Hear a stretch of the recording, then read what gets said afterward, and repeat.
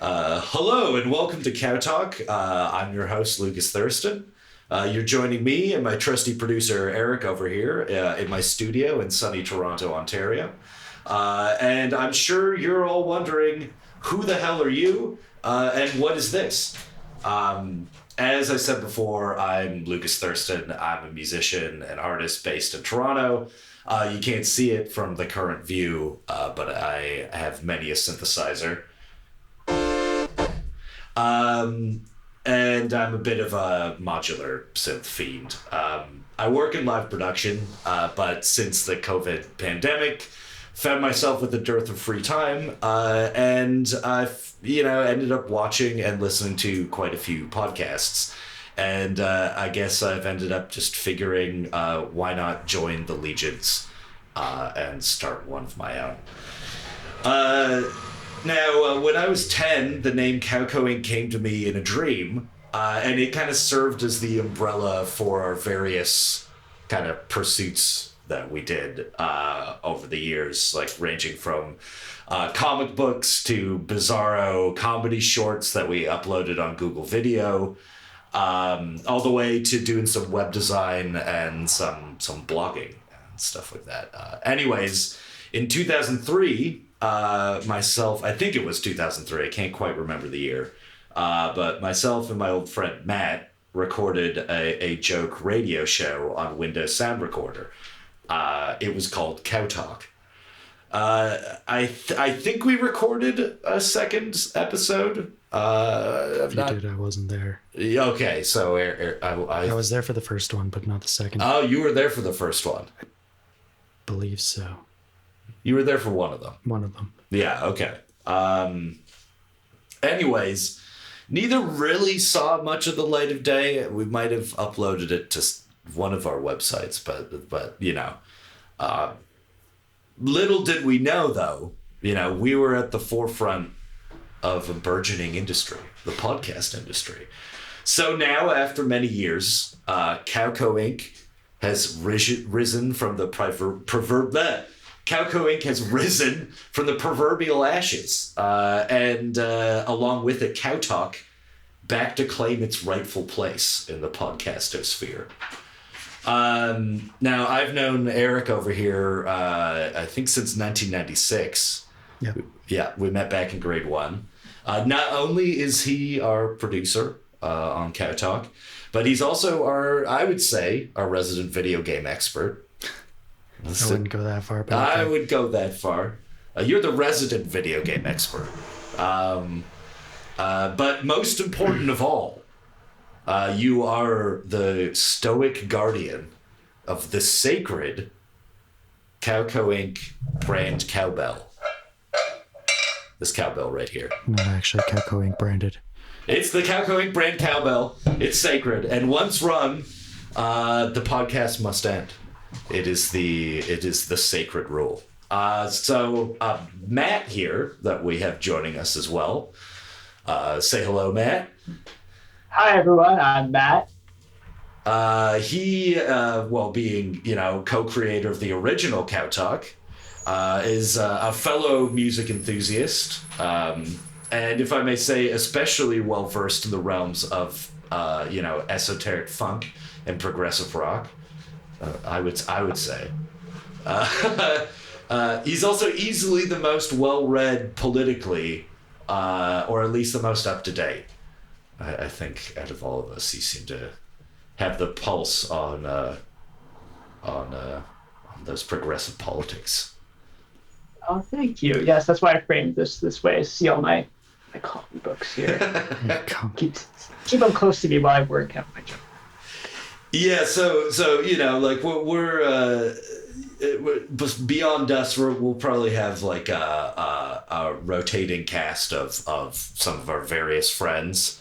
It just it kind of makes sense for the first episode that we have the original Cow Talk crew.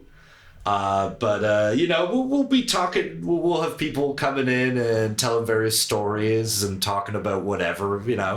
I'm sure we'll end up talking about music and movies and Stuff like that, as well as history and the dreaded politics. So, be ready for that. But ultimately, kick back, come hang out with some old friends that are just talking away till the cows come home. I knew I'd get a glare from our producer there from that. So I just don't let him ring the bell. Yeah. It's too early. Yeah, it's just too early. I gotta draft some kind of special rules. Now, for context here, we all hail from the small town of Paris, Ontario, Canada, and it built at the confluence of the Nith and Grand Rivers. I would say it's a prime example of a picturesque southern Ontario town. Yeah. It's the cobblestone capital of Canada. Cobblestone capital. Yeah. Supposedly. It's true. I mean, there are a lot of cobblestone buildings. It's built down in a valley. There's old train bridges, It is a pretty small... It got voted prettiest small town in Canada by I don't know who. Probably a bunch of... probably like the BIA in Paris. But it is the prettiest small town in Ontario, so... Or Canada, or whatever. But, I remember, at least like back in the 90s, like the various Paris signs that dotted the circumference of town, they all read like different populations. There's like 6,000, ranging I think up to 9,000 back then. It went up to 11,000. Yeah. Yeah, I think by the end of us like living there, it definitely. I mean, Paris is a lot bigger nowadays, and a lot. It's a lot different. It's different in some ways that are certainly good. Probably some social ways, and then also different in ways that are bad. Infrastructure. Yeah, well, I mean, one thing is like Paris ultimately received the first phone call ever from Alexander Graham Bell's laboratory in Brantford in 1876, but that building totally got changed into like a modern... They kept the plaque, though. They kept the blue plaque, the all-important blue plaque, but they did turn it into some shiny new building. It's a shame, but Brantford is the closest city. It's all about like an hour and a quarter away from Toronto, and Brantford is the prime example of Southern Ontario urban decay. I would call it a bit of like Paris's gnarly older brother. Yeah. Yeah, that's appropriate. It's definitely an example of like Rust Belt's decline in Ontario, the industrial sector, manufacturing sector, just totally getting offshored, and Brantford just going off a cliff for the past 40 years. Yeah. I mean, hey, the Rust Belt's up here in Canada too. And Brantford is definitely a part of that, but it's got its charms. It's special charms.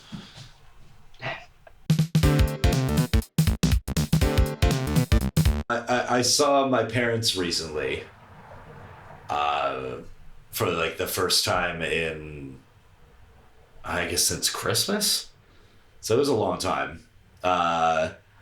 And I like the subject of like, we started talking about Paris Central, and just like how kind of strange of a design the school was.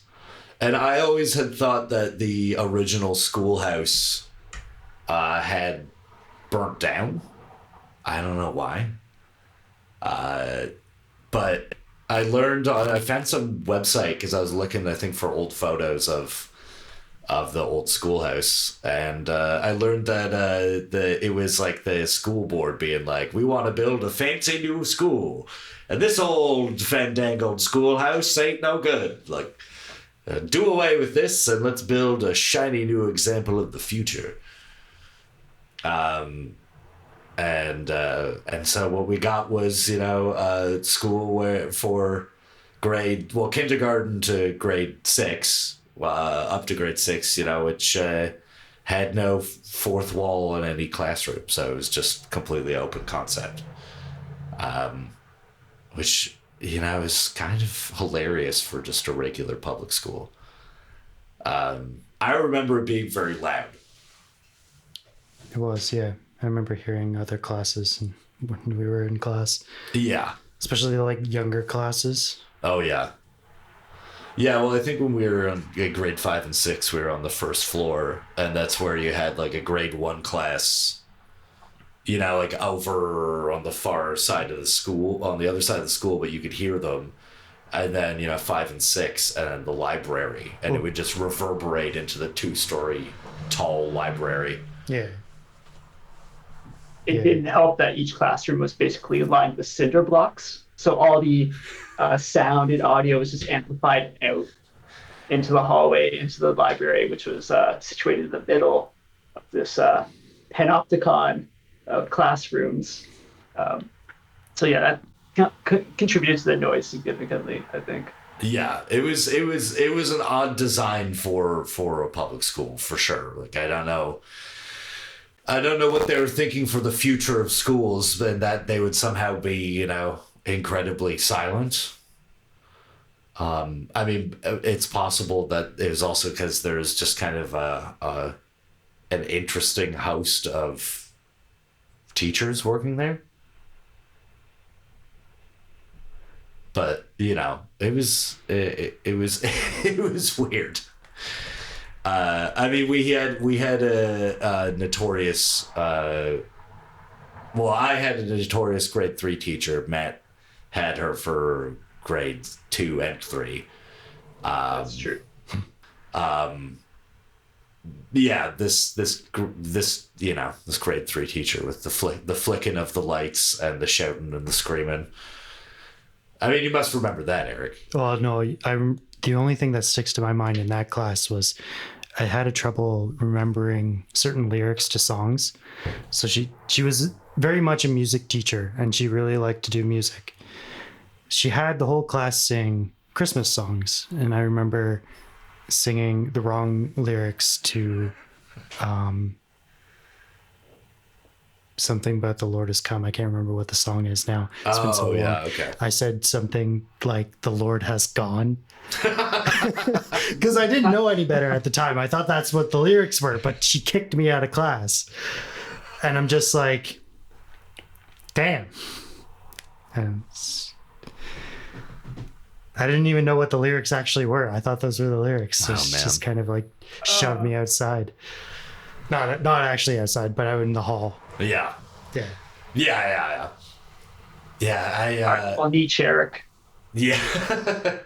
Yeah. Yeah, I always remember her as being enormously tall, and always wearing kind of like championship wrestling style belts that were really, really massive belts.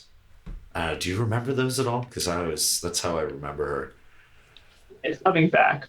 That plus the perms. I think she had perms. Yeah, she had. Maybe not. Yeah. She had some kind of short hair.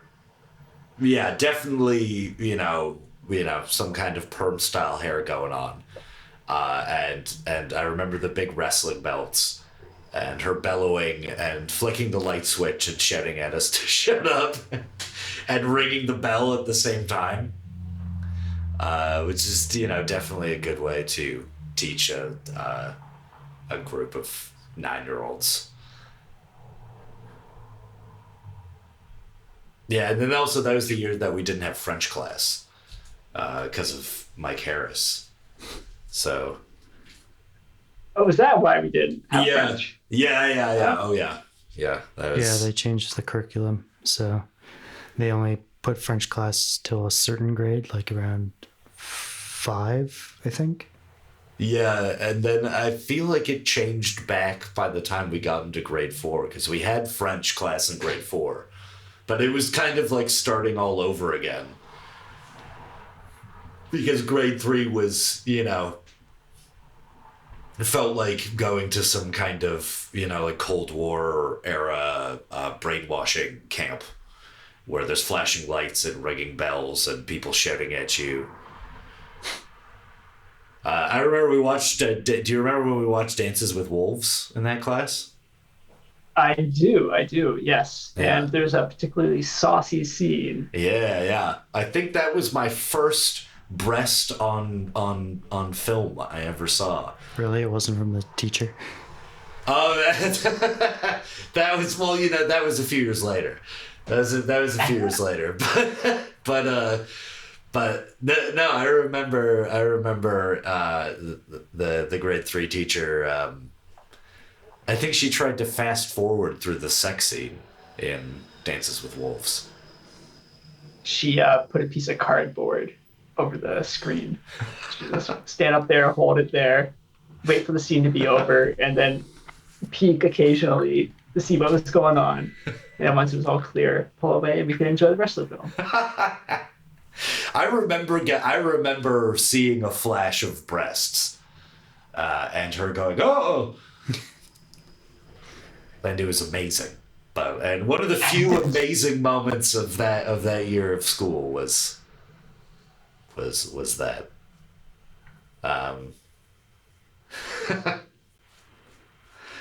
Yeah. It was formative. It was definitely it was a formative year. I think that was a year for young children to learn that adults make mistakes too, So that's a really good way of learning it young. It also, like, she came in later when we were in 3 grades later, I think. Yep. She just came back and she was so much happier. Yeah, she was a totally different one because she wasn't going through a nervous breakdown anymore. Yeah. So we got the bad years of her teaching career. I mean, she wasn't the worst, really. One of the substitute teachers was really bad. Are you talking about the one in grade 5? No, I think it was grade 3 too. Oh, who's the substitute teacher in grade 3 that you remember? There's a vague memory of a teacher telling someone wanted to be a soccer player and saying, yeah, that's not going to happen. Oh, yes, that was great. So that was grade 5. Was that grade 5? Okay. Yeah. I know, Matt, you remember this as well. Yeah, I do. Yeah, it's unfortunate. Yeah, it was unfortunate and also somewhat hilarious at the same time. Like, but yeah, you were right. Like that is definitely a moment of being like, whoa, like what? This is an eye-opening moment for the future.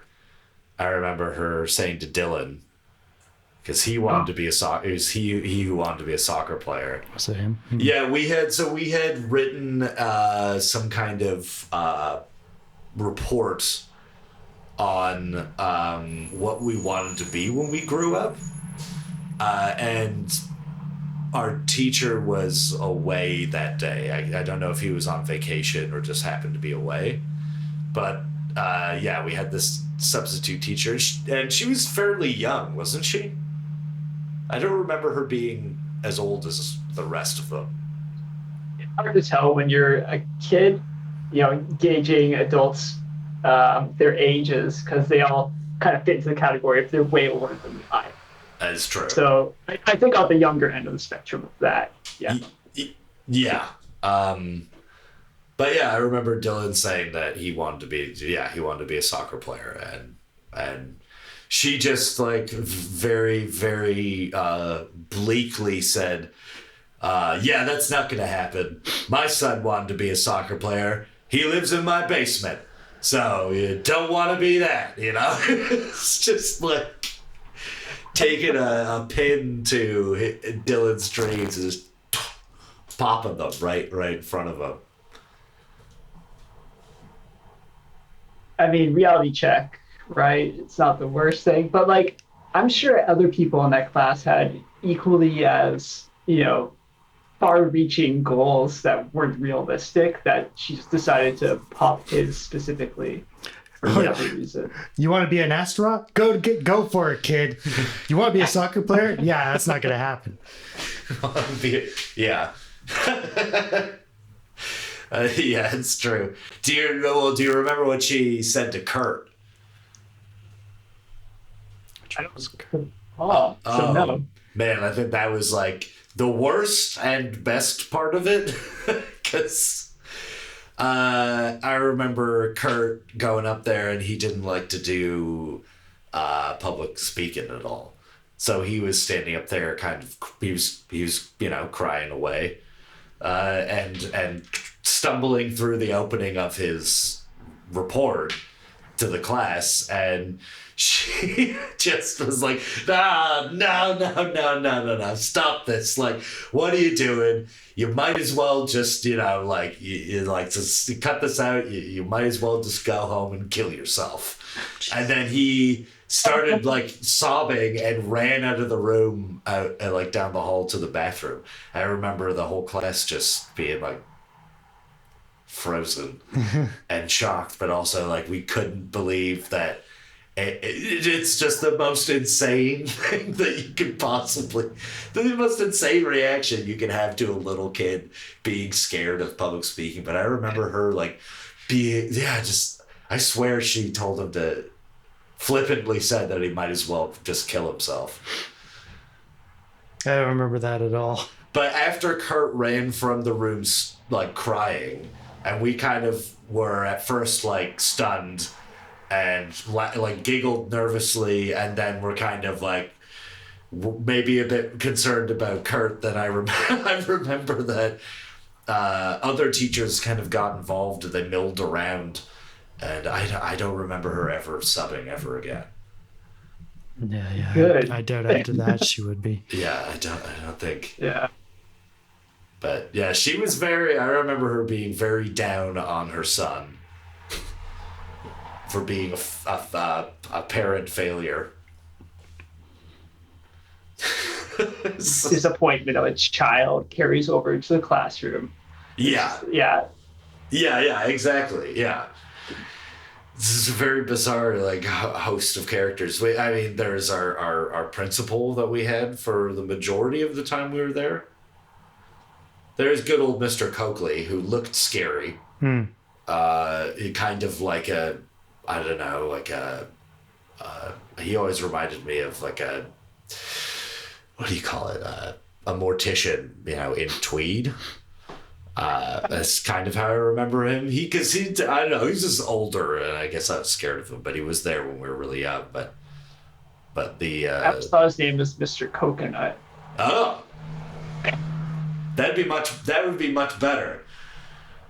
That's just hearing Coakley is like, oh, that's an actual name, not just like a kid's interpretation of what a name is.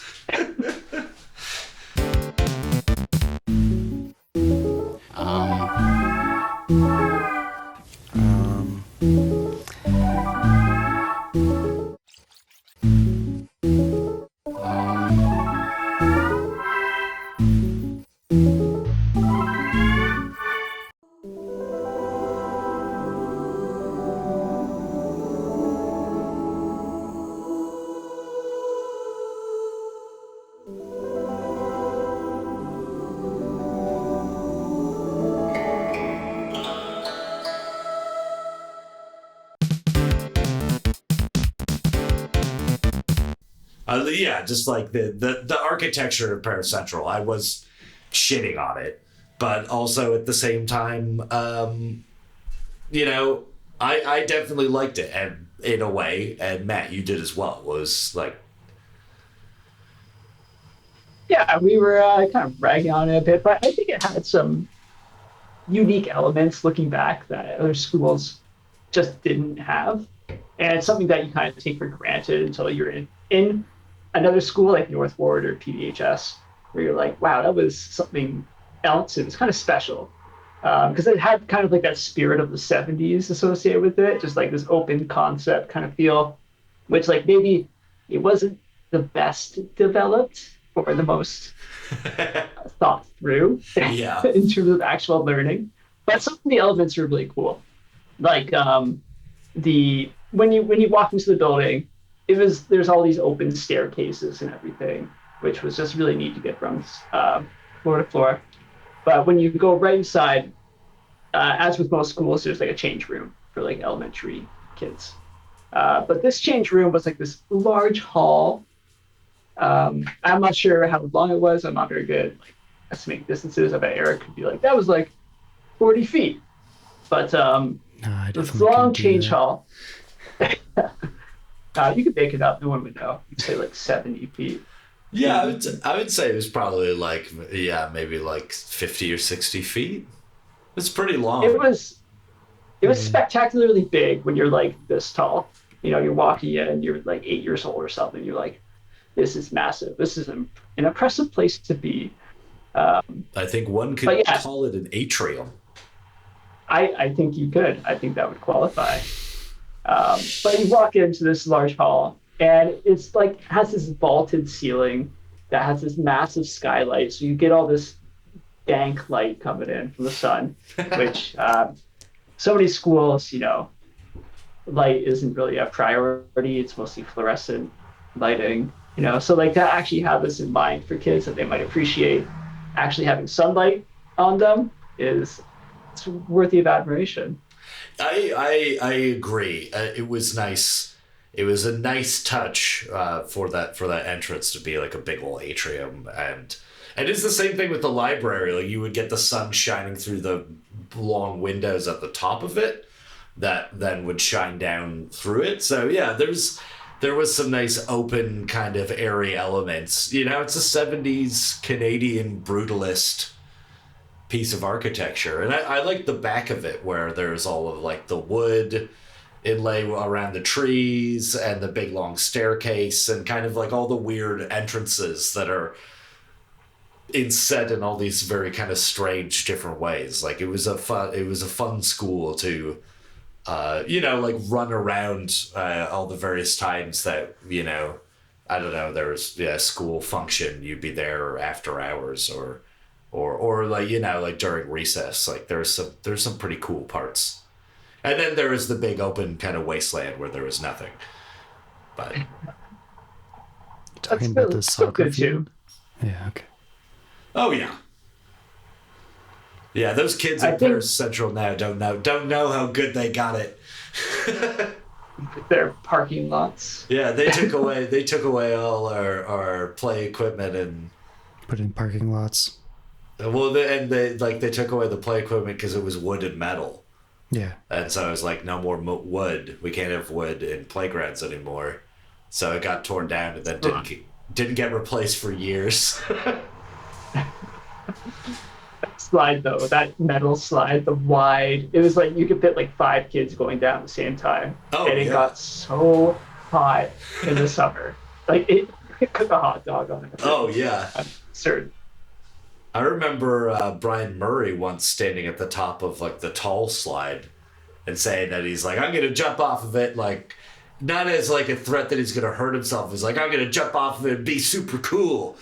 And I remember thinking like, man, it's so high up. He's definitely going to, like hurt himself. Certainly going to fuck himself up. And then I remember a teacher walking up to the slide and being like, Brian, you're not going to jump off of the slide. And it's like they're, like it's not, I just kind of realized like, oh yeah, I'm a little kid. And it's really not that high. And there's sand. So he's just going to jump down into sand and be fine. But that old stuff is great. Yeah. Like how there's like a parallel between, or a dichotomy between the teacher who tells kids to kill themselves and the teacher who tells kids to step back from the ledge. They're both there. Exactly, Paris Central. What do you want us to do? What do you want from the children? I mean, it's a funky school. I heard that they actually put walls on all of the classrooms there now. Oh, really? Yeah. I remember they tried to do pseudo walls with like bookcases where they were just like half formed when we were there. Yeah, and I remember that the two main classrooms that were made out of book walls were the special ed classrooms. Yeah, I think the only classroom that really had a door was the kindergarten classroom. They had like a separate section. Yeah, but it was a funny school, but I think Paris Central was working with what they had. I don't think they had a lot of money. I remember. Do you guys remember sharing textbooks? Oh yeah, yeah. Yeah. Yeah, you both be sitting down, sharing a textbook. You have to wait for the other person to finish reading.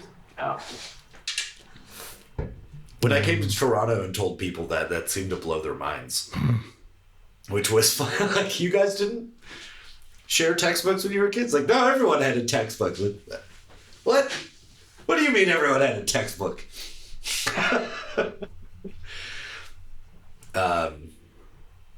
Yeah, I mean, there's, just on the kind of like the strangeness of the school, we had a principal for so many years while we were there. I guess it was probably only like 4 or 5 years. She was very authoritarian. She was younger.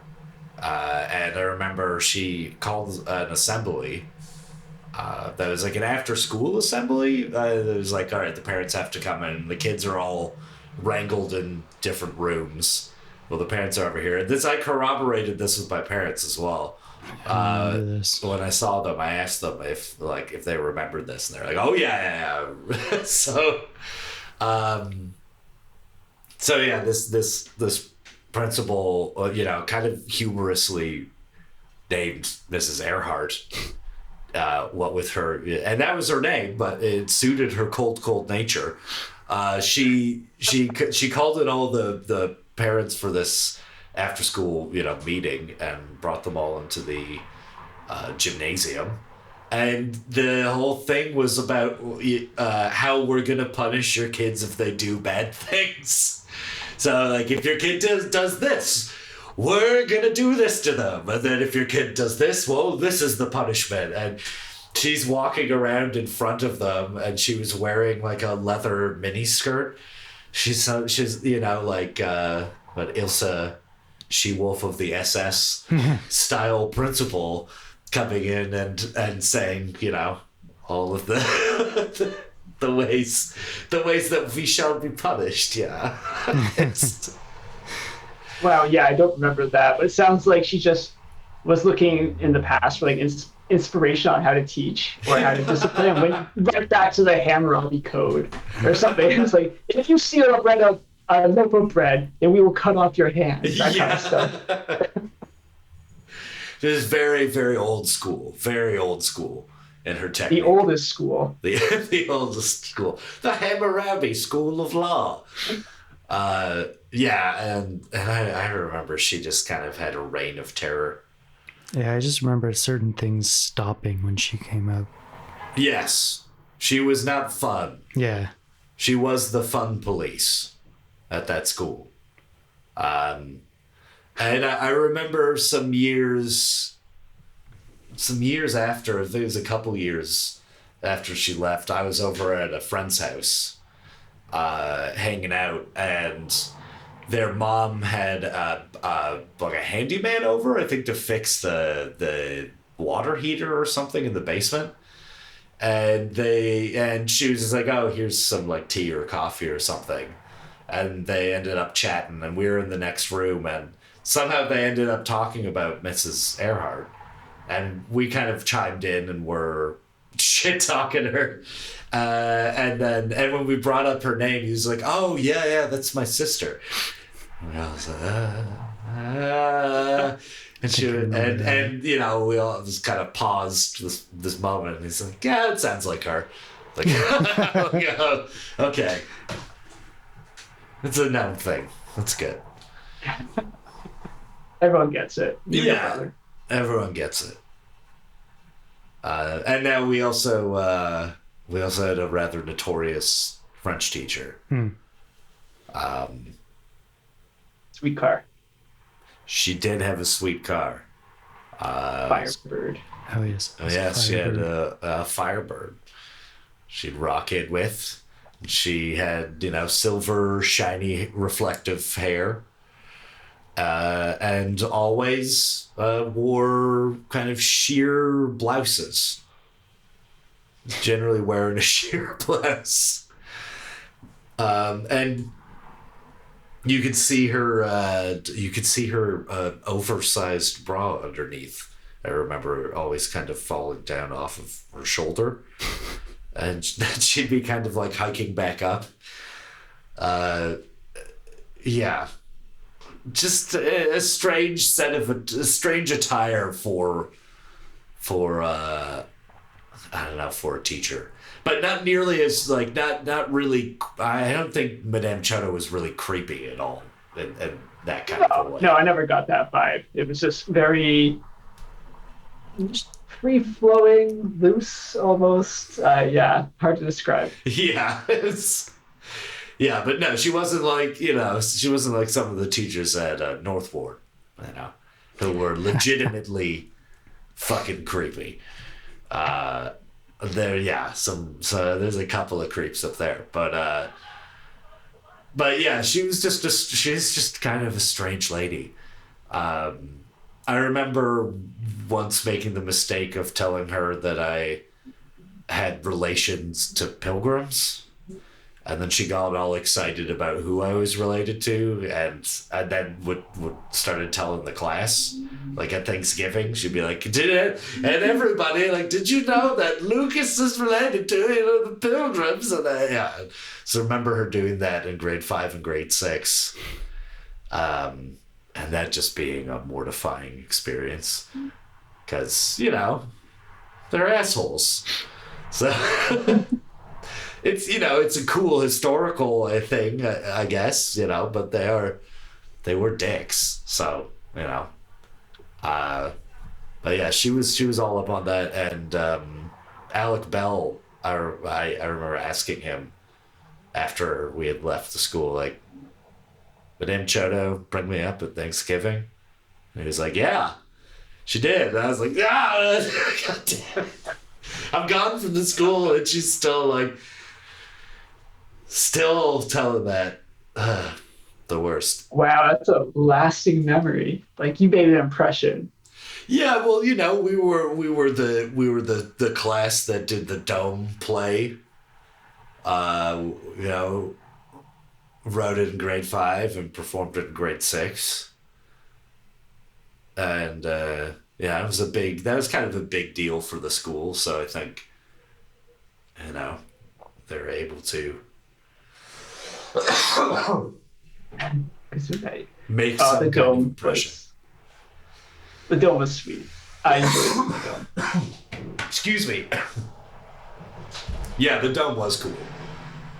I mean, a little bit of a derivative concept, but who cares? It's a great school play. And for it to be entirely original, like music, and entirely original productions of doing like The Music Man or something like that, is special. Yeah, well, I mean, what was the dome then, Matt? Why don't you tell us about the dome?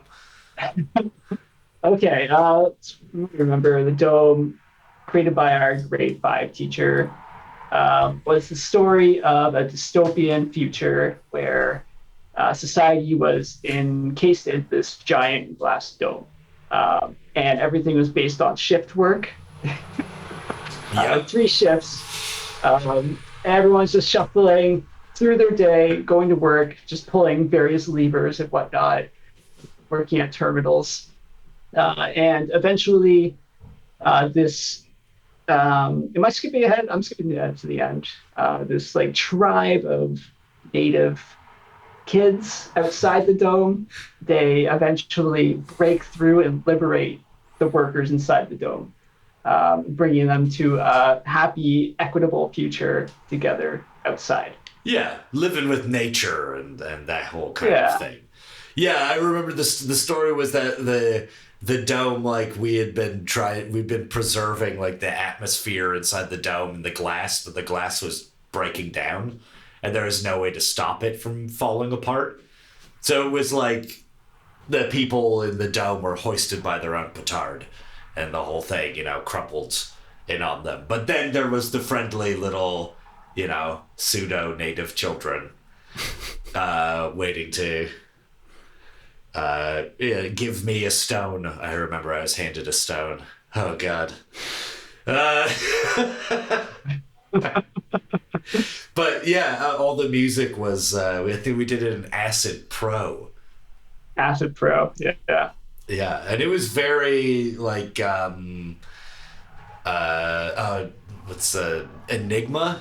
It was very Enigma-esque, kind of like world music-y, electronic music kind of.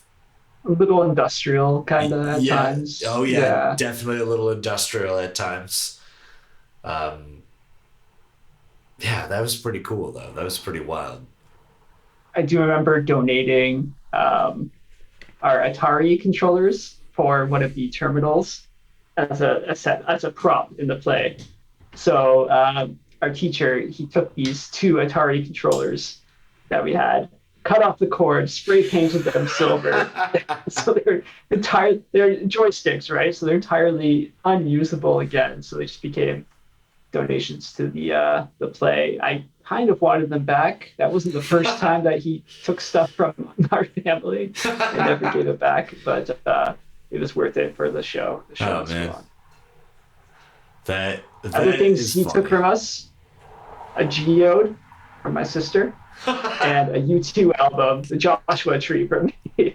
Oh, That was my jeez. dad's. Yeah. Oh man, that's he was a kooky guy. But yeah, I remember going to his house and then to his garage barn, and he had a full recording studio upstairs, like with a big 24-track mixer, and yeah, it was pretty sweet. Pretty sweet. Definitely a bit of the inspiration for what's going on in here. Have you found any of his music online or anything? Like, what is he producing? Anything? I never thought of looking him up, but that's kind of worth a shot because it would be interesting to see. I mean, I forgot. That's what Eric, the producer's job is. He's the producer. Does anyone know his first name? Oh no. Oh yeah. Oh, I remember. It was Will. That was Yeah. it. Just another thing about the dome. Later on, I think we were in high school. Or I think maybe after high school, they did another version of it, like 10 years later, and we went back and saw it. And seeing our grade 6 teacher manning the laser machine was pretty cool to see. It's like this giant laser, it's like a platform, like a Pink Floyd laser. Like, where'd they get the budget for that one? Probably straight out of his pocket. He's like, "No, I gotta have the laser. Yeah. This is like Gotta have the laser show. The show ain't happening if I don't got the laser." And I want the one that I get to ride because it's cool. Yeah, well, like he would wear, like I don't know, Hawaiian-esque kind of printed shirts. It had balding but long curly hair. Like he's the kind of guy that would be into manning a sweet laser machine and having a badass home studio. Oh yeah. And, Oh no. That's Mr. Fleet on the laser machine. Oh, that was Mr. Fleet? That's Mr. Fleet up there. Yeah. Oh, well, I mean, we all, we know. That makes sense as well. Yeah. It makes sense as well. It fits.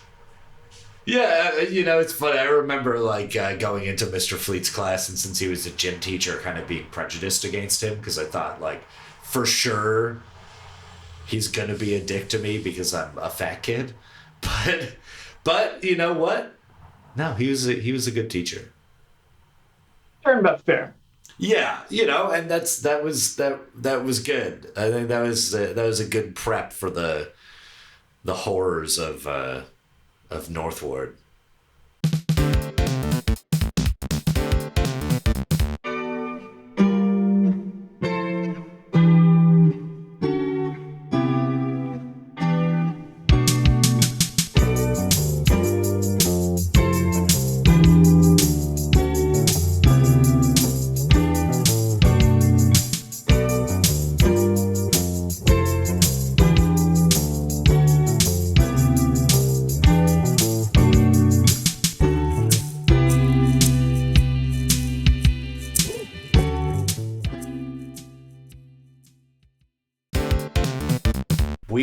here, just coming back from our break. Matt was talking about, something, and I think we're going to have our first ever on the inaugural episode, even world exclusive. The truth behind MooHack, the famed hacking scandal that rocked Paris Central many years ago. So Matt, MooHack, that was with Neopets, wasn't it? It was with Neopets, yeah. And I'll save you all the gasps. It was me. I was MooHack. Sorry, Dylan, if you're listening to this. I did you a disservice, and I'm willing to own up to it now. So if you listen to this, get in contact with me. I'll send my phone number in the show notes, and we'll hash out a deal, make this right. But MooHack, yeah. So, oh man, I don't know why I brought this up. I just only have a general idea of what happened. It was I mostly remember the deceit and the aggravation went into him not knowing who MooHack was. Yeah. But I think the basic of it was we got a hold of his Neopets password and account, and started messing around in there, and he had no clue who was doing this. And it was something that we strung along for, I remember it to be months. It was probably weeks. Yeah, it feels like it went on for a long time. Yeah. I can't exactly remember what we did with this Neopets account. I think renaming things, his pets to stupid things. But just those little tweaks that get underneath someone's skin, where they don't know exactly where it's coming from. It's just interesting to look back on that and early instances of using digital technology to get back at your oppressors. Oh yeah, absolutely. I mean, it was one of the few ways, I guess, that we could. But I remember the MooHack thing. I remember him grilling me about MooHack, and I didn't know what the fuck he was talking about. MooHack, but just with MooHack, and I think I can't remember if Cowco Inc. existed at that point or not, and if he thought that I might have something to do with it because of Cowco, but I think he was asking everybody about MooHack. I mean, is Neopets even still around? It is? Yep. Eric, Yeah, it is, yeah. Producer Eric confirms also that it is. I was listening to something about Neopets recently for some reason. Interesting. It's full of ads. Oh, yeah? It's changed a lot, but yeah. It's interesting that he contacted you for associated with Cowco because the name MooHack. Yeah. But it was actually a portmanteau of hoo-ha-ha, ha-ha, maniacal laughter, and moo-ha. Oh my goodness, you just blew my mind. You just watched the Dexter's Lab episode, didn't you? That was Mandark. Yeah. Ha ha ha ha ha ha. That was probably a big influence on MooHack. Yeah. Interesting. Wow. Yeah, I had no idea where the name MooHack came from, but that's interesting.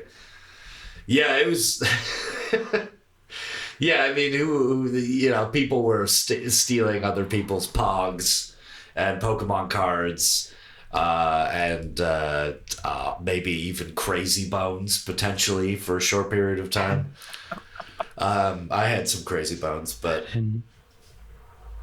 no, the real nerds were hacking into other people's accounts for Neopets and shit. How did you even get into the account? Did he give you the password or something, or did you just figure it out? I think so all this happens at the public library. So never go to a public library or else you will have your information. So that's the message here. But kids, they're not too privy as to stored information within the browser itself. So it was an easy look at the saved passwords list because he saved his password on a public browser. So it wasn't so much hacking as it was maybe, I guess you call it social engineering. That's like the polite term for it these days. Yeah, but yeah. I mean, a lot of hacking is really just like calling up a company and pretending you're a part of IT and telling someone that you're changing their password. You need them to give you their current password. And you just find someone who's oblivious. So they're like, oh, sure. Like, yeah, okay. I know a lot of the times, like, you just soft hack. So you soft hacked poor sweet Dylan, though he was kind of a dick. And maybe He was a jerk, yeah. So he had to come. This was warranted. In my defense. Yeah, and I mean, many years ago, in the early days of the internet, that was like 2001, probably, or even 2000. Yeah, it was around then, probably. Yeah. God, that's like 20 years ago. 20 years ago. Mooheck. Might be good to talk a bit more about Cowco, the stuff we did with it. Oh, yeah. Because it did come about in Paris Central, so it might be good. That is true. Yes. Yeah, I forgot. I didn't write that down for a reason. Yeah, so I think said before, I think it was in grade 4 that Cowco came to me. I had a dream, and I think I made a club in the dream called Cowco Inc. And the next day, I was like, I got this name for this thing. But it was really in grade 5 that we started actively using the name for things, which was in the teacher who did the dome. It was in his class. He had a big pile of dot matrix printer paper in the back of the room. And we were able to, because, it was a hippie teacher. So you were able to go and grab paper and draw and stuff. Like, we could get away with it. If you did your work, you could get away with it. So, I remember drawing many a comic, and on the back of them, I was branding it Cowco Inc.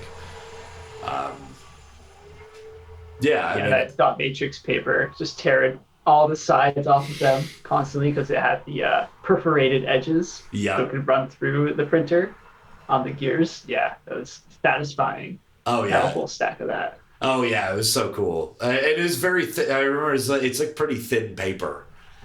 It's that you can kind of see through it, but man, I drew endless comics. So like my main character was Noseman. It was a man who had been exploded. I think maybe by burglars or something, but I can't remember exactly why he exploded. And then he was put back together, but all they could really do was make him as a giant nose with arms and legs and a tiny body and a giant mustache and big eyes.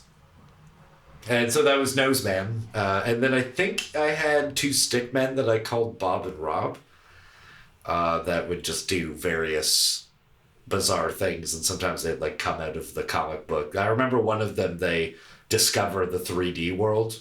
They realize that they're 2-dimensional, and they're like trying to walk around in the 3-dimensional world, and it's very confusing for them. Meta. Yeah, it's, I don't know, it's kind of weird. It's back in grade 5. It's because my mom kept a lot of those comics, so she has that particular one. So I saw it, I don't know, I think back at Christmas. It was very weird seeing it. Like, what the? This is strange. Eric, do you remember what your character was? Yeah, I mainly had a robot named Rob the Pyro Robot. Oh yeah. And I had him set fire to things. And he, for some reason, he was a school kid robot. So he'd go to school and just kind of set fire to everything there. Do you think that was like sublimated feelings of desire of like, fuck this place at times? It's probably just my general feeling of wanting to burn everything, but that's fine. Well, That's Yeah, understandable. looking back, I probably should have saw that as like a call for help. Yeah, but the comics were funny too. Like you Yeah, could yeah. you on the surface you maybe like sure maybe I don't know if I feel like Mr. Farrell must have saw them, but was a cool dude. It was like I know this guy like You probably didn't see mine. I feel like there would have been called maybe. my parent. Yeah, but yeah, whatever. He was a good natured arsonist robot school child. And Matt, like I remember you had some characters. Yeah, I had one I remember is Super Stick. It's super. It's a stick man who is a superhero. Super Stick. Oh yeah. Yeah, not the most imaginative looking back, but it's fun to do a superhero comic. Wait, didn't you do Stinky and Smelly? Oh, did I do Stinky and Smelly? I don't remember Stinky and Smelly, but I can't remember if you did Stinky and Smelly or if Stinky and Smelly was something that James came up with. I don't know if it was a Thompson family thing or if it was from you. But I remember Stinky and Smelly as two characters. But yeah, Super Stick, Rob the Pyro Robot, Nose Man. You know, they're all very bizarre. They're all generally pretty bizarre, comic books that we did. we had a good stable of characters. We could reenact the Marvel universe Yeah. with our own trademark characters. Well, and that's all a part of the plan, in the future to have the Cowco Inc. Cinematic universe to really blossom and get huge in the Chinese cinema market. That's the goal, just like Marvel. Thank you, Marvel, for blazing the trail for us. Yeah. But Did you? Oh, sorry, go on. no, you go ahead. Oh, just the our comic company prompting a reaction from other kids in our class I was just gonna say, who yeah. started a rival comic book company as well in Yeah. reaction to ours. Yeah. And tried to headhunt people from Cowco Inc. The bastards. Yeah, I don't forget that so easily. That was exactly what I was going to say. I remember that too. Yeah, I can't remember what theirs was named, but they're like, I just remember it was like, I remember thinking, our comics are like so much fucking smarter and better, and theirs is just like pandering trash. Like,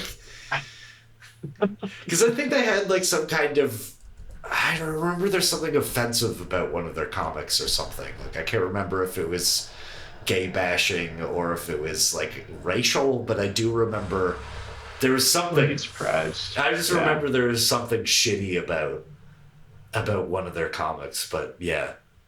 Yeah, I remember two of their characters. They had a piece of dynamite, TNT or something. Oh yeah.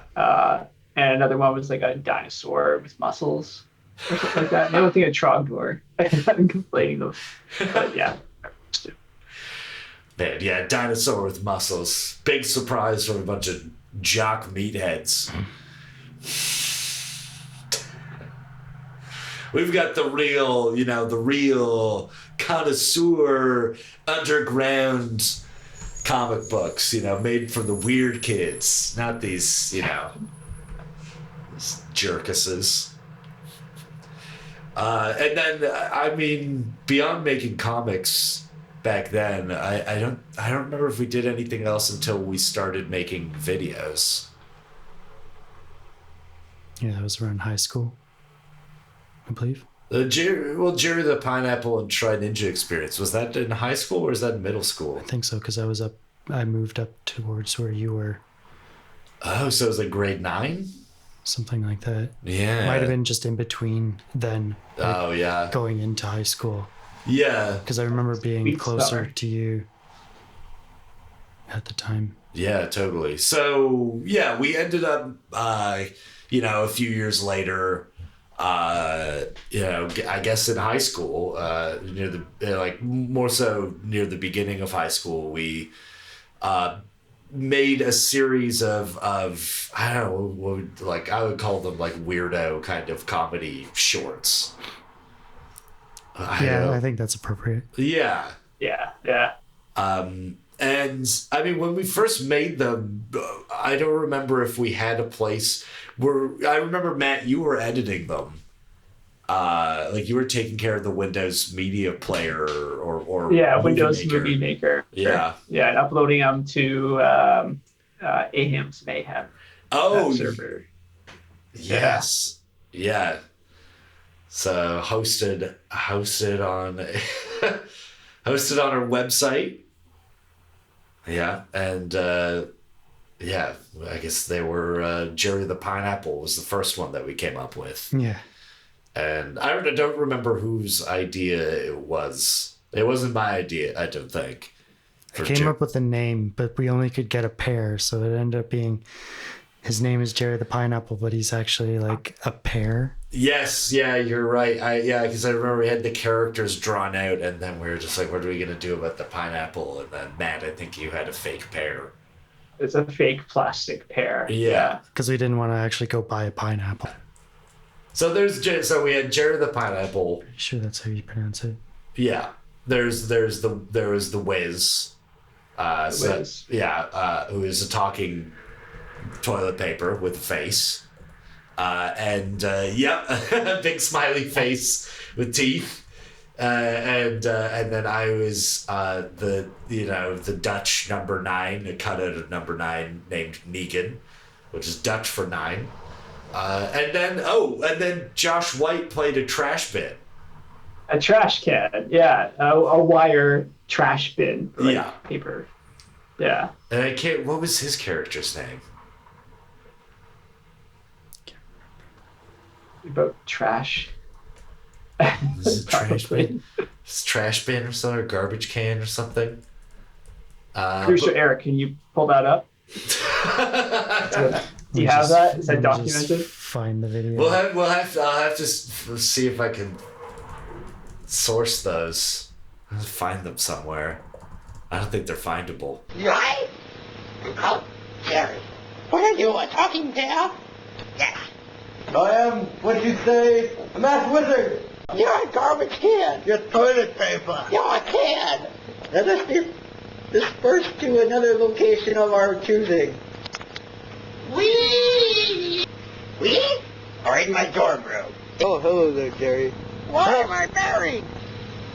Ah! We had all these things kind of tied up with a fishing line. So we had used tape to tape fishing line to a plastic pear, fake pear, and we had the toilet paper also. I think pasted to some cardboard, and then strung up with fishing line. And the 9 we cut out of foam board, pretty roughly, and then colored it with Sharpie. So it's black. Yeah. Yeah. And then just the wire mesh garbage can. And we went out around the town of Paris and filmed these strange shorts puppeting these characters. Mainly improvising our way through them. Oh yeah, I think what do they call it? Retroscoping, that method. Retroscripting. We had a very retroscripting, very, very vague outline what we wanted to do, and then all the scenes were improvised to get along. And some, it was the sign of the times, but some of the language we used was maybe not most appropriate for today. But yes, that is probably very true. Yeah. But we were 14 years old, 15 years old. We were pretty young, and we were reflections of society, let's just say. Yeah. Well, and growing up in a small town, we were still the weirdo outsider, basically commie kids, but still the parlance of the times. Yeah. but they certainly had their moments of being pretty funny. And then we did a Try Ninja experience, in which the three of us played ninjas living together. Our masterpiece, I consider this. I also consider Try Ninja. I consider the unreleased third Try Ninja experience episode to be like the true masterpiece of them, because that had some of I think the funniest stuff that we ever shot was in that, when Eric and I are sitting. So we used T-shirts. We found a way on the internet to fold a T-shirt to make a ninja mask. Like Kaya, yeah. Yeah, though when you look back on them now, whether they look like, ninja masks or headscarves, I suppose, is somewhat debatable, and also somewhat unfortunate. But, I think it still remains what it is. They're a bunch of goofy ninjas solving crimes and stopping bad guys that were also played by us. But more importantly, just having a good time. Yeah, ninjas having a good time. I remember you put was it Cecilia as the intro? That music? was Jerry the Pineapple. Yeah, No, that that was was the Jerry the Pineapple intro. No, it was Try Ninja it was Try Ninja experience. Because we're dancing in my backyard like this to dunga dunga dunga. That stupid. Maybe I use it for both then. Oh, maybe you did, yeah. But It's a good song. I liked it. Yeah. Yeah. Yeah. So yeah, we were using Simon and Garfunkel as our intro to our ninja show. But yeah, they were pretty funny. They also had their moments. Eric jumping around in a garbage bag down the street is definitely a highlight. I love that moment. It was just a long shot. And then, but the third unreleased one where we had you come out of the couch. Do you remember that? Where you like come out from between the couch cushions and you're like, I've been here for days. And Eric and I are like, well, we were having a conversation here. And you're like, no, man, we just gotta push you back into the couch. Oh, that was Try Ninja? Okay. Yeah. Oh, Yeah, man. That was, I think, one of the best things that we ever filmed, because the effect to Eric and I holding the couch cushions up with our legs so it looked like the couch was still proper, and you like hiding behind the cushions. Oh man, that was... Yeah, it's amazing that I got crammed back in there, because it wasn't like a trick couch or anything. No, in fact, it's the opposite, because of a fold out, so there's even more stuff in there. Yeah, so but we pulled the cushions about like a foot forward. Yeah. But yeah, there wasn't a lot of room back there, and I remember we did basically the one take of it, and we didn't even talk about how we were gonna do it. And Eric, I remember you just like pushed his head back in, and then you met like you just went no, and then like muffled your voice. It was like it couldn't have been more perfect. That's always something that I always look back on. It's like, man, that was a good shot. I wish we had released that episode. But that's when the Try Ninjas were on a reality TV show, living in a house together. And there's like the confessional room in the bathroom. I remember there's also some gag about like people always hogging up the bathroom, because that's where there was like the one-on-one kind of, interview. Like, oh, I was so mad about this person. Always happening in the bathroom. I remember there was one gag we did there, but... Did you ever see I think it's a Finnish, the Finnish version of the intro to DuckTales? No. Oh, man. There's a few different, like, I think it was on YouTube back in 2009. I remember seeing it when I first moved into my apartment in Toronto, and my roommate Emma, who one day I definitely would love to get on the podcast, because she's done a few different podcasts herself, like Blue Stockings. I think that was actually her radio show back in university. But she does a history podcast about Toronto that's really, really quite good. But yeah, she showed me the video of the Finnish version of the intro to DuckTales. And I just remember it going like, what did they, was it On Top? I think it was like On Top, whoa, and then your school's stupid, your school's baha.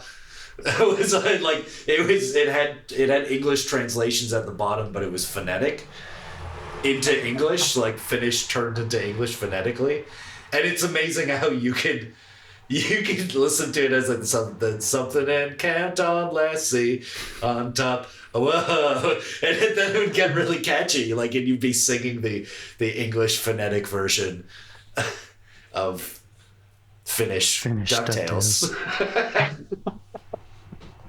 What a roundabout way. Yeah. So, shout out to Emma. Thanks, Emma. Yeah. Over here. Are you waving the bell? We've got the bell, the sacred bell. So the podcast. Wait, I didn't hear it. Oh, well, that's okay. Can you give me like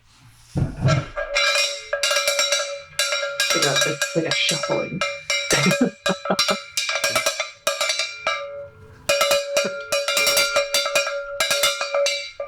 The bell has been rung.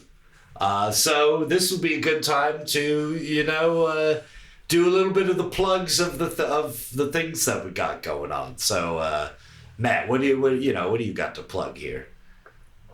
Well, I'm mostly working, but my partner, she's got this great store selling handmade ceramic jewelry and houseware accessories, little bits of decor that you can pick up, perfect for gifts.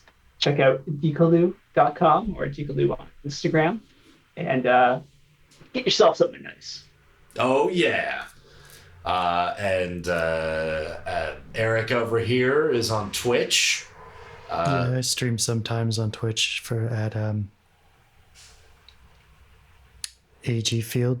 So AG Field. Yeah. I don't know how to pronounce it really. It's not Egg Field? It's like the atomic symbol for silver.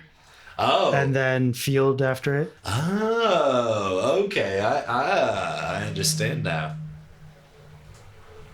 Silver Field. It's basically what it's supposed to be. Nice. Very cool. All right. Well, yeah, so that is AG Field at Twitch. So please check out Eric and check out dekaloo.com and Dekaloo on Instagram, you said? Dekaloo on Instagram, that's DEEKALOU. Oh, yeah. And, I'm here at Cow Talk, but you can also find me at Fantasy Flight Records on Bandcamp. So that's just bandcamp.com/Fantasy Flight Records. So thank you all for being here for Cow Talk. Hopefully we'll see you all soon. Thanks again to my co-host Matt over here. Hopefully we'll have some proper work and I'll be able to record this properly, and you'll be able to really see Matt. But we'll get that going in the future. And thanks to my trusty producer Eric. Thanks so much.